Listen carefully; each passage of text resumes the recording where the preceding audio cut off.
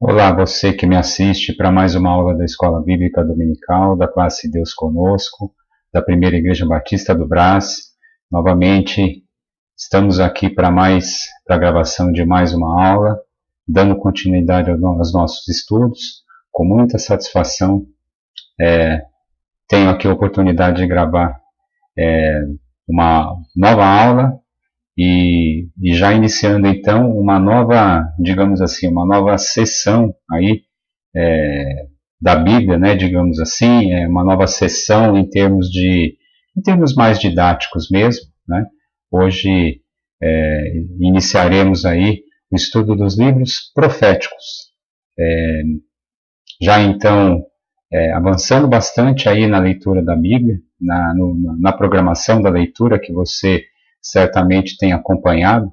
Nós então já encerramos aí a leitura dos livros poéticos, e aí já nesta aula e nesta semana que passou, na semana que passou desse domingo em que essa aula está sendo postada, já iniciamos então o estudo, a leitura do livro de Isaías, e aí então nesta aula nós iniciaremos o estudo desse livro, um estudo que se estenderá aí por 3 domingos, por 3 aulas, mais do que domingos, né? Eu quero falar em 3 aulas, em 3 aulas que nós postaremos aí para fazer uma cobertura, um estudo, ainda que panorâmico, desse grande livro, desse grande profeta chamado Isaías.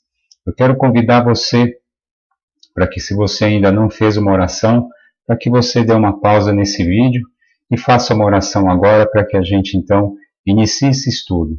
Inicie o estudo de Isaías, o primeiro livro dos chamados livros proféticos. Dê uma pausa agora e faça uma oração pedindo ao Senhor direção para esse momento.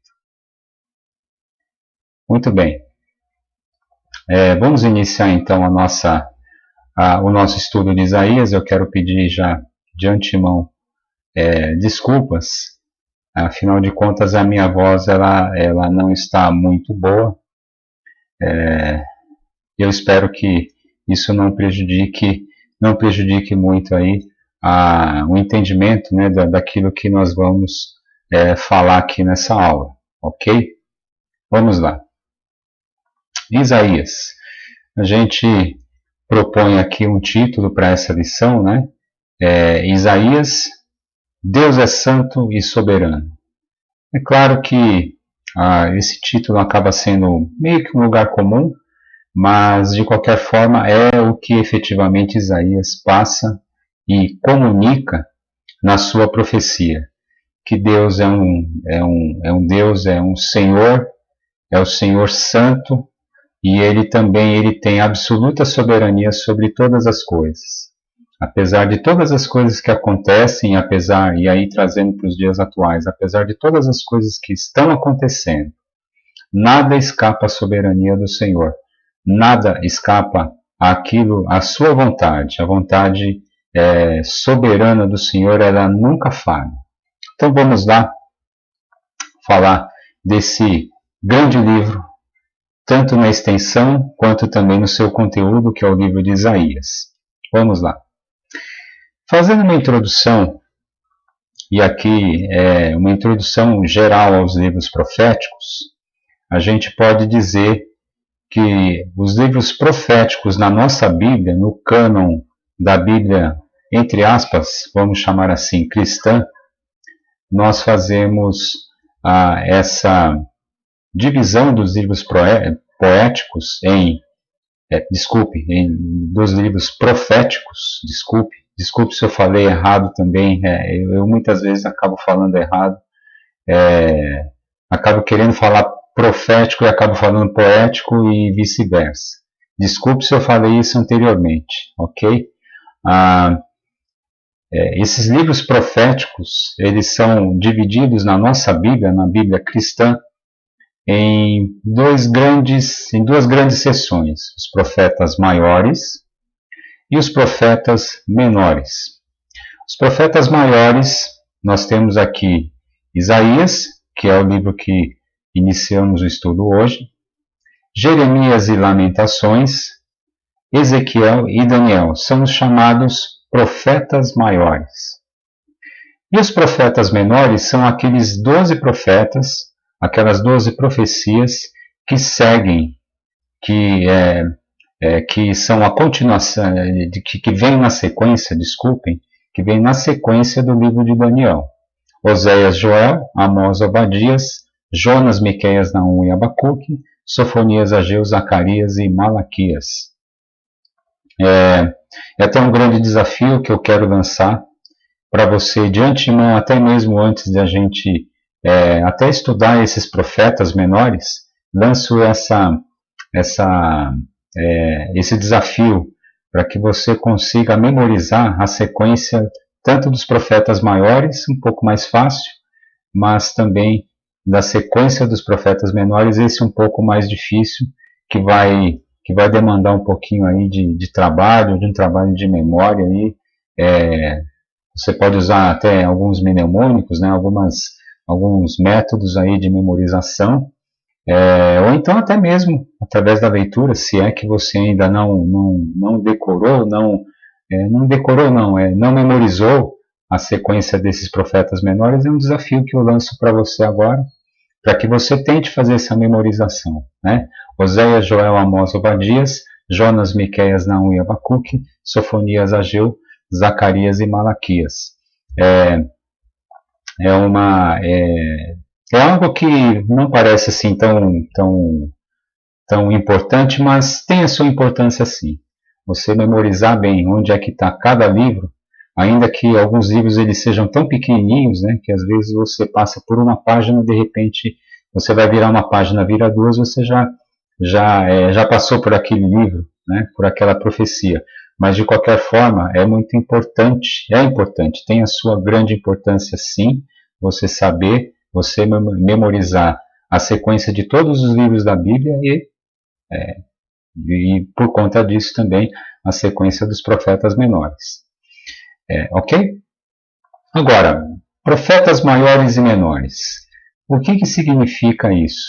Não é que o profeta considerado dentro do grupo de profetas maiores, ele tem maior expressividade ou maior importância do que um profeta que está enquadrado aqui nessa classificação como profeta menor, entre aspas. Mas sim por conta da extensão da sua profecia.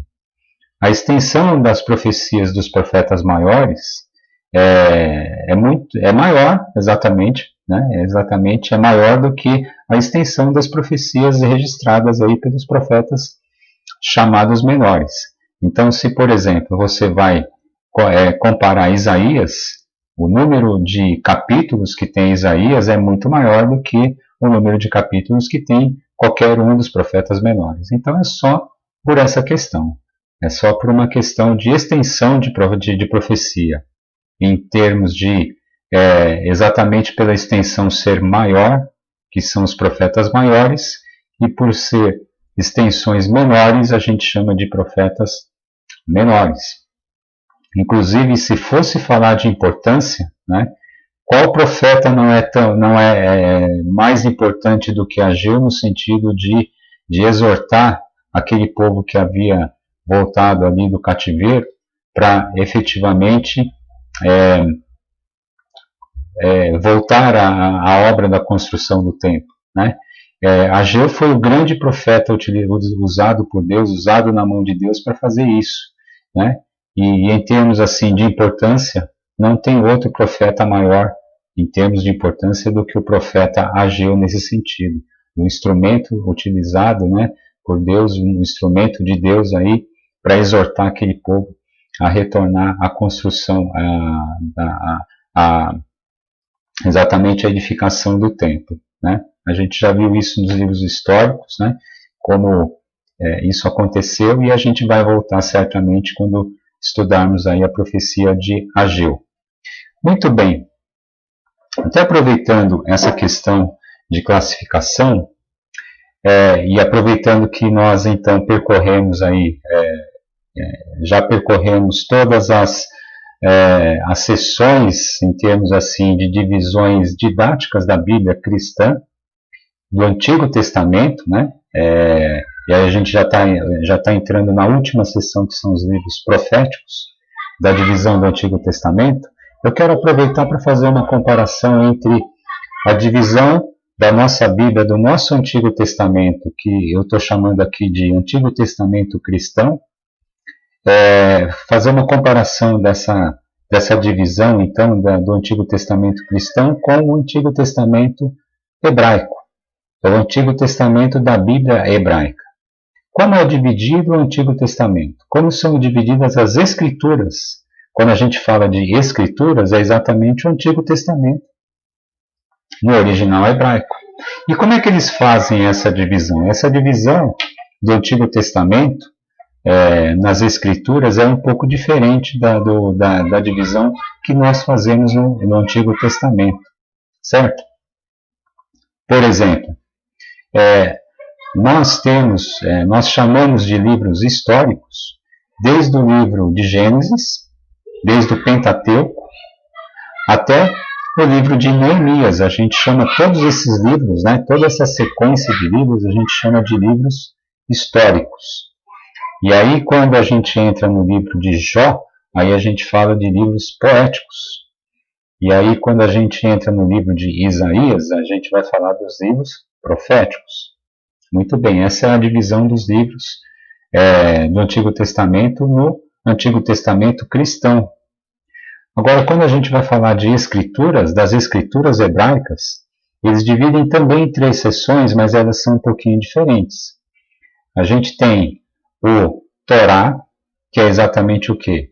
O Pentateuco, Gênesis, Êxodo, Levítico, Números, Deuteronômio. Esses 5 livros que são chamados aqui na Septuaginta de Pentateuco, no original hebraico, nas Escrituras, são chamadas de Torá, é a lei.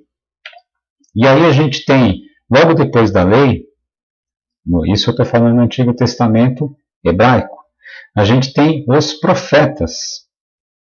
E aí é interessante, né, algumas classificações um pouquinho diferentes, aí que entra o grande interesse do assunto, né?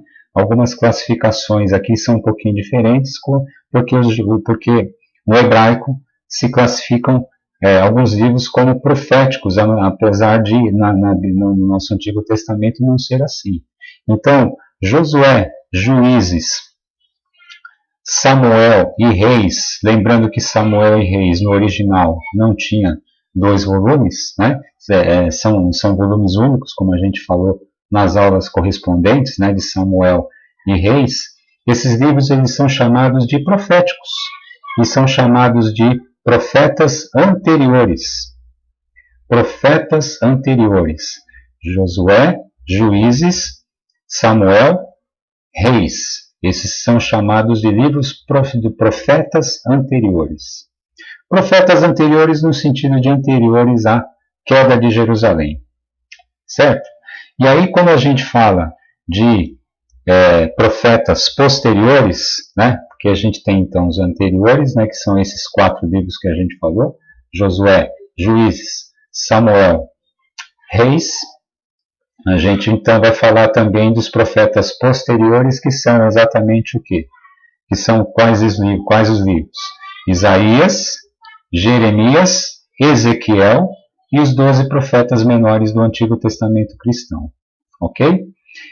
Lamentações e Daniel, eles não entram nessa classificação de proféticos. Profetas posteriores. Ou seja, eles não estão dentro daquela seção que se chama proféticos. Profetas. Ok? Esses 2 livros, Lamentações e Daniel, eles estão em outra seção. Ok?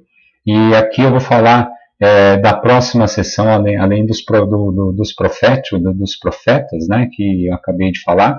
Os profetas, então, profetas posteriores, Isaías, Jeremias e Ezequiel e os 12 profetas menores. E aí a gente tem os livros poéticos. Os livros poéticos, como nós temos também no Antigo Testamento cristão, né, Também na Bíblia hebraica também estão presentes, essa classificação também está presente, com Jó, Salmos, Provérbios, Eclesiastes e Cantares. Mas além desses 5 livros poéticos do Antigo Testamento cristão, também entram outros livros que até são interessantes. Dois livros nos chamam a atenção. O livro de Ruth e o livro de Esther estão entre os livros poéticos, além do livro de Lamentações, que na nossa Bíblia cristã entra como livro profético, mas que no Antigo Testamento hebraico, ou seja, exatamente nas Escrituras, né? Nas Escrituras eles entram como poéticos. Lamentações efetivamente é um livro poético, né? Mas que na nossa Bíblia cristã ele acabou, pela ligação intrínseca que tem com a profecia de Jeremias, acabou entrando ali junto com os proféticos. Tudo bem? Então, entre os poéticos, é interessante a gente notar, então, a inclusão de Ruth e de Esther. A gente comentou na aula gravada sobre Ruth, né, a respeito da beleza do livro de Ruth, e realmente eu acho que no hebraico, né, eu creio que realmente ele tem essa visão da beleza poética que é esse livro, que é o livro de Ruth. O livro de Ruth é tão bonito e é tão gostoso de ler, ele é tão enriquecedor que realmente chega a ser um livro poético. É um livro de um retrato de um amor assim, um amor muito sublime, muito assim elevado, de um padrão extremamente elevado. Mas enfim. E aí também a gente tem dentro das escrituras hebraicas, a gente tem também os livros históricos. E esses livros históricos, essa seção dos livros históricos, ela é bem menor do que o Antigo Testamento cristão. Então, o que vai incluir dentro desses livros históricos? A gente vai ter Esdras, Neemias, Daniel, olha só, Daniel entrando como livro histórico, além do livro de Crônicas. Lembrando que o livro de Crônicas, ele é um livro originalmente em um volume apenas, não em 2. Então, os livros históricos no Antigo Testamento, nas Escrituras, no Antigo Testamento hebraico, aquilo que a gente chama de Escrituras e o que a Bíblia chama de no Novo Testamento, que a gente fala, sempre quando você vê esse termo Escrituras, ele quer falar exatamente isso que a gente está falando, né? A Bíblia hebraica. Então, essa Bíblia hebraica ela tem uma seção de livros históricos que se compõe exatamente disso que a gente está falando, né? Desses livros que nós estamos falando. Crônicas, Esdras, Neemias e Daniel. Olha só que interessante, né? Daniel, então, entra na seção de livros históricos no Antigo Testamento, na versão hebraica, né? No original das Escrituras. E realmente Daniel, ele tem efetivamente uma seção, como a gente vai ver, né? A metade do livro de Daniel efetivamente é um livro histórico, eminentemente histórico, apesar de metade dele ser um livro, digamos assim, profético, no sentido de ter uma literatura apocalíptica, né? E a gente vai falar de literatura apocalíptica, inclusive, nessa presente aula. Tudo bem? Então, feito esse panorama dos livros proféticos, vamos aqui prosseguir. Ainda dentro dessa questão dos livros proféticos, o que é um profeta? Bem, o profeta, uma primeira abordagem aqui que eu quero fazer. O profeta, no entendimento popular, muitas vezes é um cara que prediz o futuro, né? Um cara que, sei lá, né, tem tantos aí, né? Eu nem me lembro do nome de alguns aí, mas talvez não seja o caso de falar realmente, mas você sempre vê aí, olha, o cara fulano de tal falou que o ano de 2020 vai ser de tal forma, 2021 vai ser de tal forma e assim por diante, né? E esses caras são chamados popularmente de profetas porque eles anteveem alguma coisa que vai acontecer no futuro. Profeta no sentido teológico, no sentido bíblico, é totalmente diferente. Ainda que a predição do futuro ela possa estar presente, não é esse o papel do profeta. Então vamos lá falar a respeito do que é um profeta. Profeta é uma palavra que provém do grego profetes.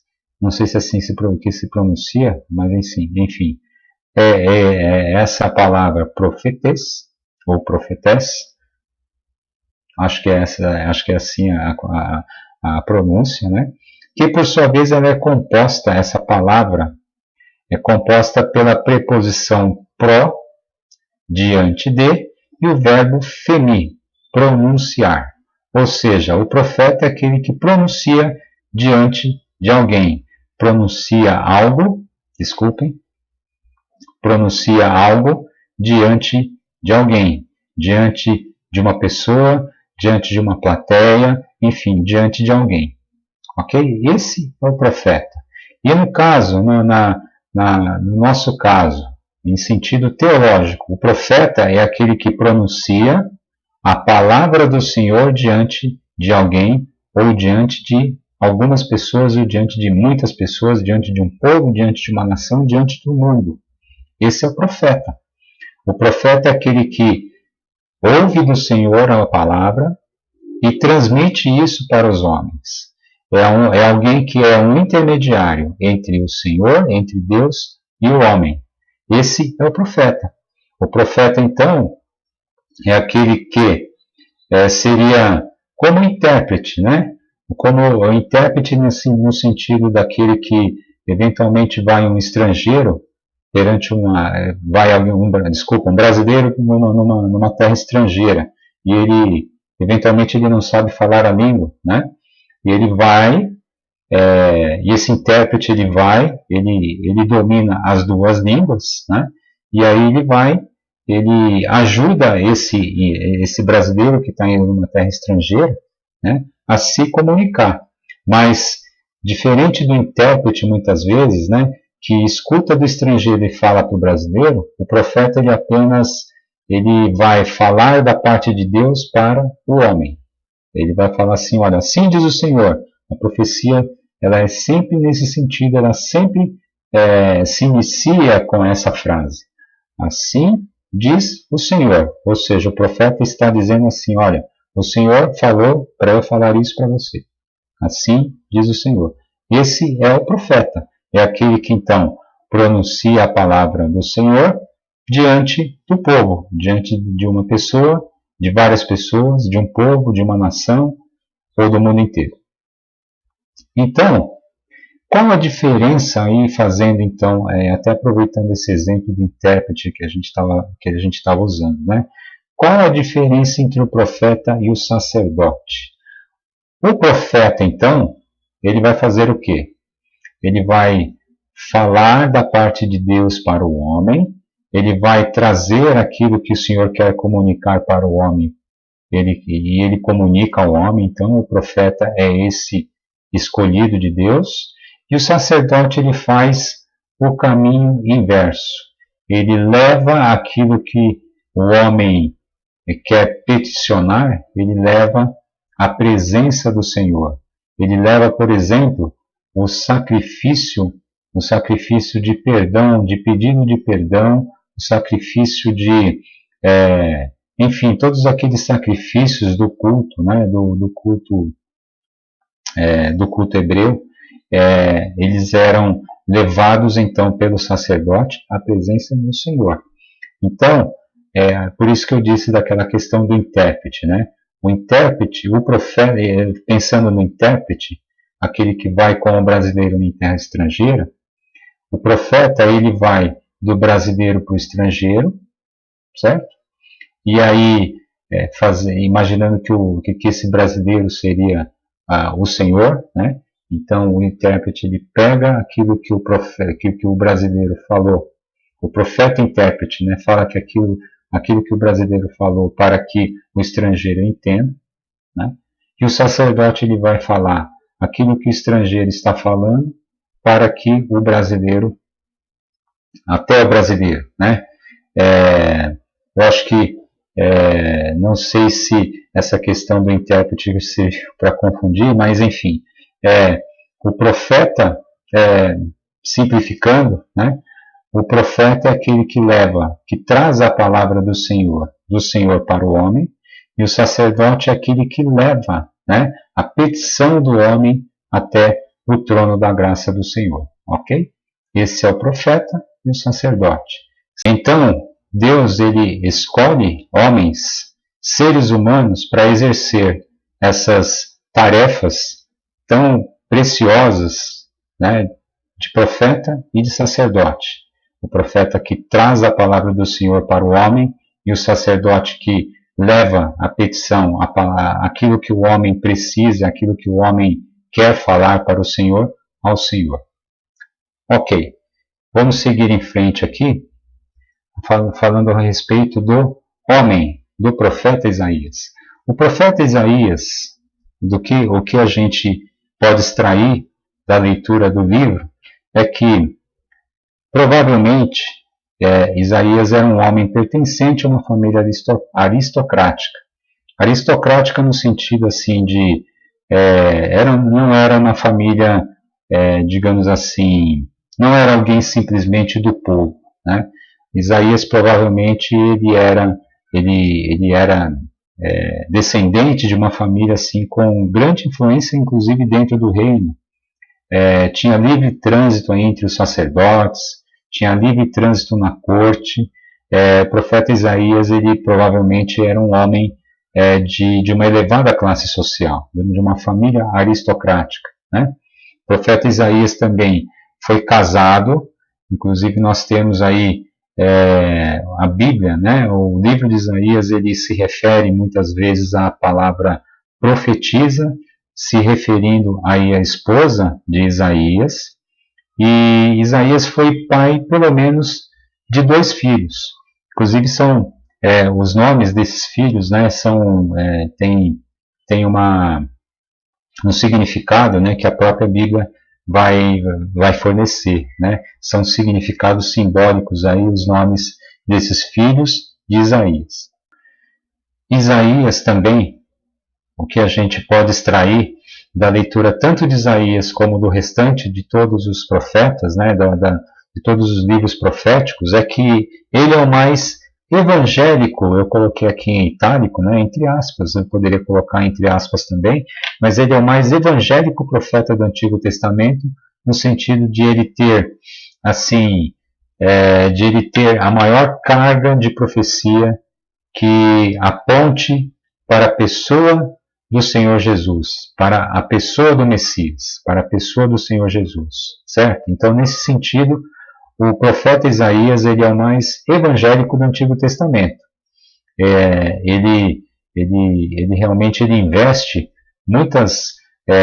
uma boa extensão da sua profecia para falar exatamente do Messias, certo?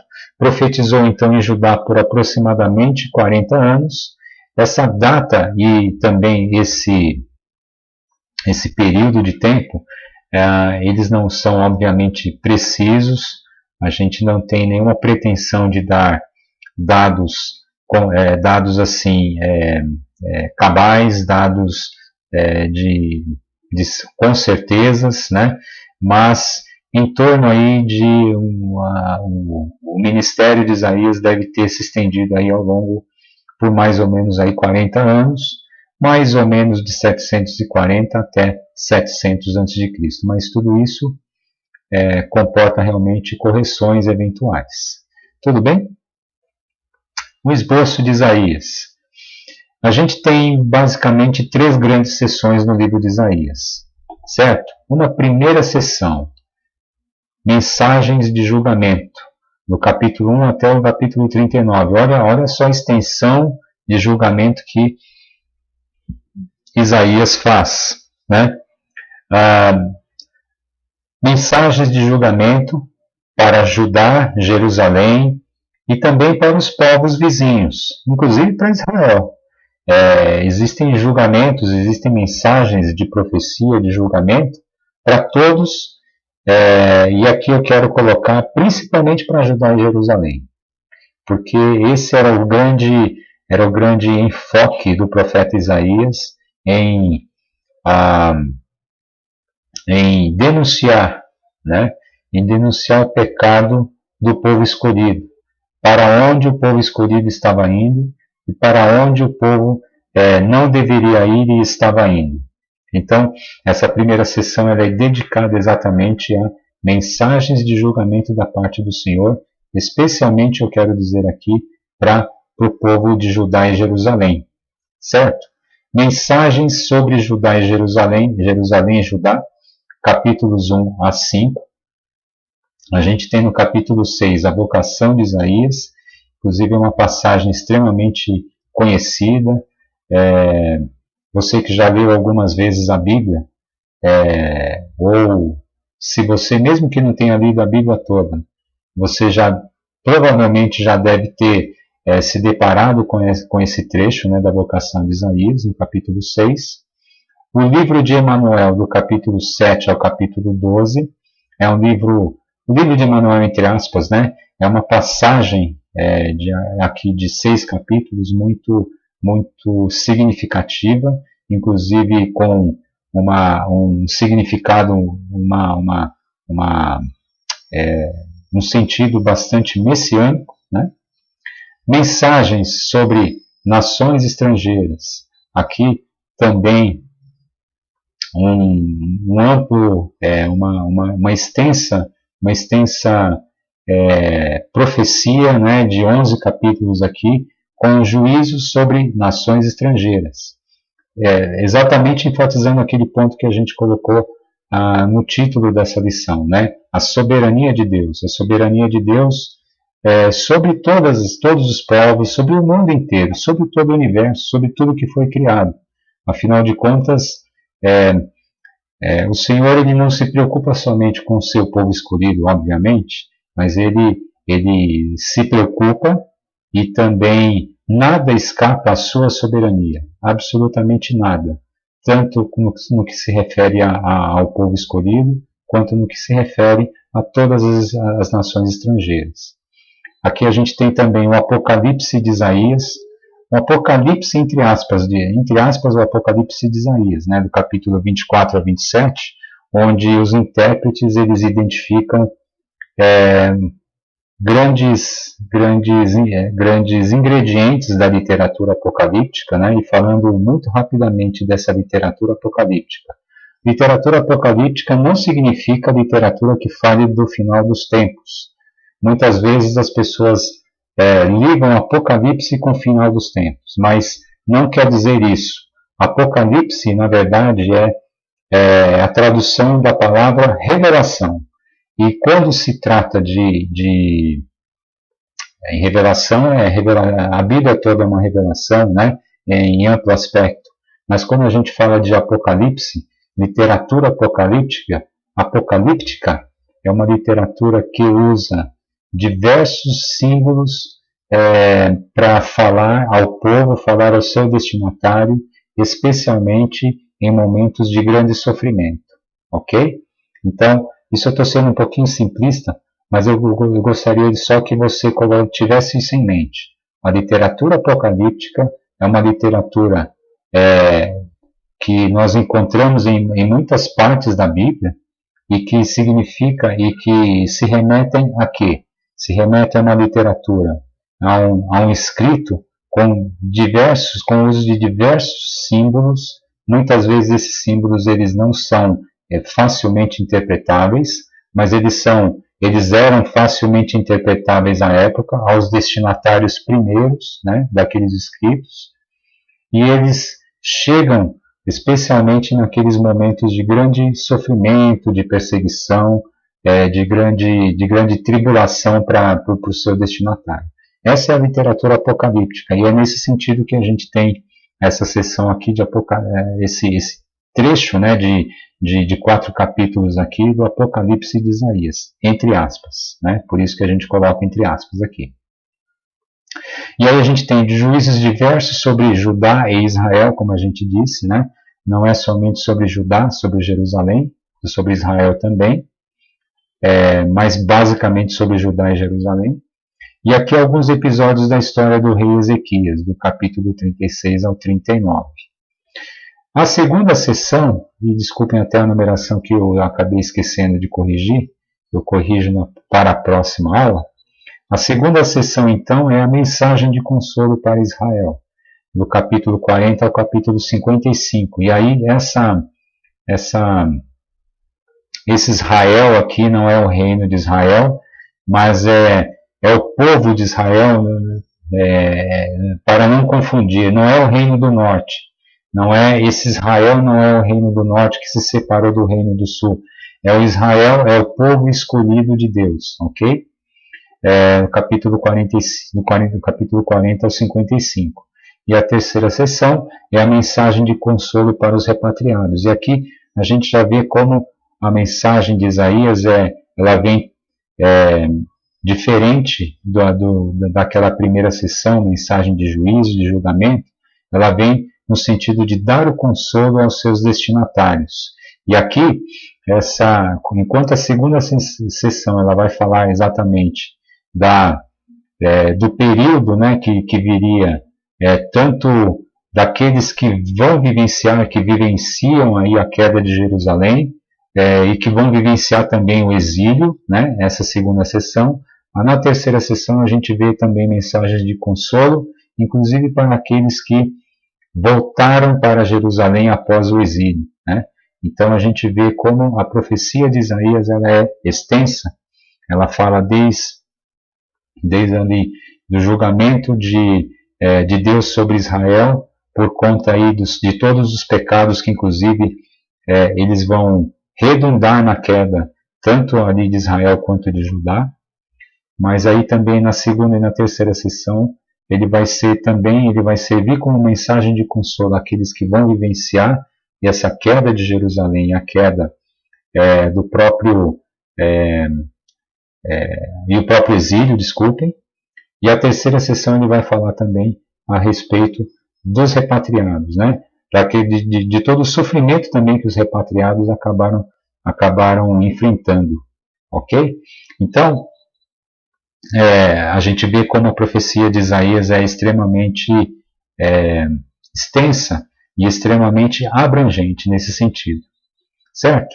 Eu quero então ler uma passagem só para a gente não deixar passar isso, né? Não deixar passar em branco uma leitura do próprio livro nessa aula que a gente está fazendo uma primeira abordagem de Isaías, mas eu quero ler com você rapidamente uma passagem que traduz muito daquilo que o profeta Isaías veio para denunciar na sua profecia e denunciar a respeito do povo de Deus, do povo de Judá e de Jerusalém. Vejam lá, abra sua Bíblia lá no capítulo 1 de Isaías. A gente vai ler do versículo 10 até o versículo 17. Veja só o que diz a profecia de Isaías, capítulo 1, capítulo 1, do versículo 10 ao versículo 17. Capítulo 1, versículo 10 diz assim: Ouvi a palavra do Senhor, vós, príncipes de Sodoma, prestai ouvidos à lei do nosso Deus, vós, povo de Gomorra. Vou dar uma pausa aqui. Mas não é para o judeu que eles estão falando? Né? Não é para o povo escolhido? Não é para o povo de Jerusalém que ele está falando? O que tem a ver Sodoma e Gomorra aqui? Né? Por que aparece aqui príncipe de Sodoma e povo de Gomorra? Veja você que eu estou fazendo só uma pausa, desculpa, um parênteses aqui para a gente não deixar escapar isso.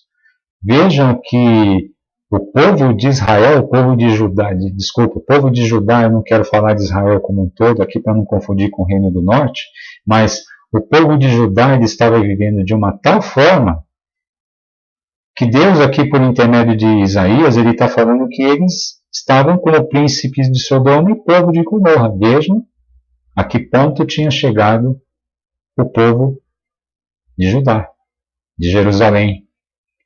Veja, a menina dos olhos de Deus, a menina dos olhos de Deus, o povo escolhido, estava sendo comparado a Sodoma e Gomorra. Então, só por aí a gente consegue ver a que ponto tinha chegado esse povo e esses príncipes e esses reis, né, e que estavam sendo aí objeto da profecia do Senhor por intermédio de Isaías. Vamos lá voltar para o capítulo 1, versículo 11. De que me servem a minha multidão de vossos sacrifícios? Diz o Senhor. Estou farto dos holocaustos, de carneiros e da gordura de animais cevados, e não me agrado do sangue de novilhos, nem de cordeiros nem de bodes. Quando vindes para comparecer perante mim, quem vos requereu o só pisardes os meus atos? Não continuareis a trazer ofertas vãs, o incenso é para a minha abominação, e também as festas da lua nova, os sábados e a convocação das congregações. Eu não posso suportar a iniquidade associada ao ajuntamento solene. As vossas festas da lua nova e as vossas solenidades, a minha alma as aborrece. Já me são pesadas, estou cansado de as sofrer. Veja que era um sofrimento para Deus ver aquilo. Veja que coisa séria isso, né? O culto hipócrita, ele é um sofrimento para o Senhor. Coisas para a gente tomar muito cuidado. Pelo que quando estendeis as mãos, escondo de vós os olhos. Olha só o que diz o Senhor. Sim, quando multiplicais as vossas orações, não as ouço, porque as vossas mãos estão cheias de sangue. Lavai-vos, purificai-vos, tirai a maldade de vossos atos de diante dos meus olhos. Cessai de fazer o mal, aprendei a fazer o bem, atendei à justiça, repreendei ao opressor, defendei o direito do órfão, pleiteai a causa das viúvas. Veja que profecia pesada, dura, né? Não é à toa que o profeta, muitas vezes, né? Não raramente, ele era perseguido. Ele chegava ali perante o rei, chegava perante o sacerdote, chegava perante o povo, mas principalmente o rei e o sacerdote, ele falava uma coisa dessa, os caras? Como assim? Você está me afrontando? Que coisa é essa de você falar que eu sou igual a Sodoma? Que é isso? O cara chegava, o rei tinha poder de vida e de morte, né? Ele chegava e cortava a cabeça do profeta, muitas vezes. Aqui a tradição hebraica, né, diz exatamente que Isaías foi cerrado ao meio, né, pelo rei. Agora não me recordo o rei, mas enfim, um dos reis aí que proferiu, um dos reis que ouviu essas profecias, né, da parte de Isaías, ele pegou e falou, não, corta esse cara no meio que ele não está falando coisas agradáveis ao meu ouvido, né?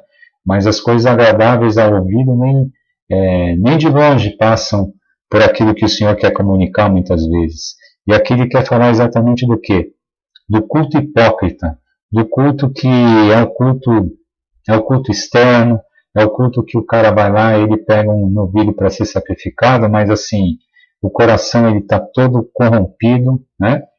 E aqui não é somente uma questão moral, a questão toda, e aí que surge, né, o pecado ele tem a grande origem quando o homem ele decide que ele vai seguir o seu próprio caminho. E aí começa. Esse é o grande problema, é a origem de todos os pecados, na verdade, de tudo que vem, né? De tudo que vem como consequência. E no final das contas, foi esse o pecado primeiro, né? O pecado de Adão. Adão ele escolheu que ele queria seguir a sua própria vontade, que ele queria ter autonomia, né? Afinal de contas, Deus havia dito o quê? Olha, não vai por esse caminho aqui, não coma do fruto do conhecimento do bem e do mal, certo? Porque quando você fizer isso, você vai morrer. E aí Adão, ele disse assim, olha, caindo na tentação, né, na tentação que foi colocada a ele, pô, mas aí eu vou conseguir conhecer o bem e o mal, então eu vou praticamente, se não for totalmente, eu vou ser como Deus, eu vou conhecer as coisas que Deus parece que está me ocultando muitas vezes, eu vou conhecer, eu vou passar a conhecer. E aí foi o que aconteceu. Aconteceu tudo o que aconteceu. Mas enfim, é daí que vem. A raiz de todo o mal, exatamente a raiz de todos esses pecados, é exatamente o homem querer seguir o seu próprio caminho. E Deus realmente, o que ele tem feito na história é exatamente trazer o homem de volta e dizer assim, olha, homem, quando você decidiu seguir o seu próprio caminho, e quando você decide seguir o seu próprio caminho, o caminho é de destruição. Você vai ladeira abaixo. Enquanto você não reconhecer que você precisa de comer da árvore da vida, você decidir que você quer comer da árvore do conhecimento do bem e do mal, você vai ladeira abaixo. Você só vai encontrar morte. Você só vai encontrar destruição. As suas mãos vão ficar cheias de sangue, como está escrito aqui. As suas mãos, elas vão assim estar sempre com sangue, e sangue abundante, infelizmente. Você vai destruir, você vai espalhar destruição, você vai espalhar tristeza, você vai espalhar mágoa por onde quer que você andar, quando você decidir comer da árvore do conhecimento do bem e do mal. E, na verdade, o que significa isso? Quando você decidir seguir o seu próprio caminho. Enquanto você não se render a mim, a Deus, e seguir aquilo que é a vontade, né, a vontade do Senhor, aquilo que é a vontade minha, falando do Senhor, né, o homem vai estar sempre assim com as mãos cheias de sangue. E é exatamente isso que diz o versículo 17, né? Olha só, aprendei a fazer o bem, porque quando a gente decide fazer o que a gente quer, a gente aprende a fazer o mal por consequência, por via de consequência, aí todos os pecados vêm. E aí é exatamente isso que está escrito no versículo 17. Porque se a gente for ler o versículo 17 a contrassenso, ao contrário, a gente vai ver exatamente isso.